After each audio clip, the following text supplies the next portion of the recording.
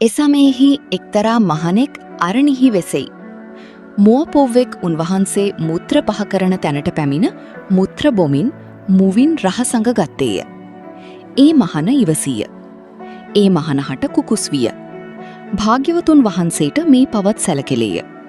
මහන තෝ පරිජි ඇවතට පැමිණියහිය.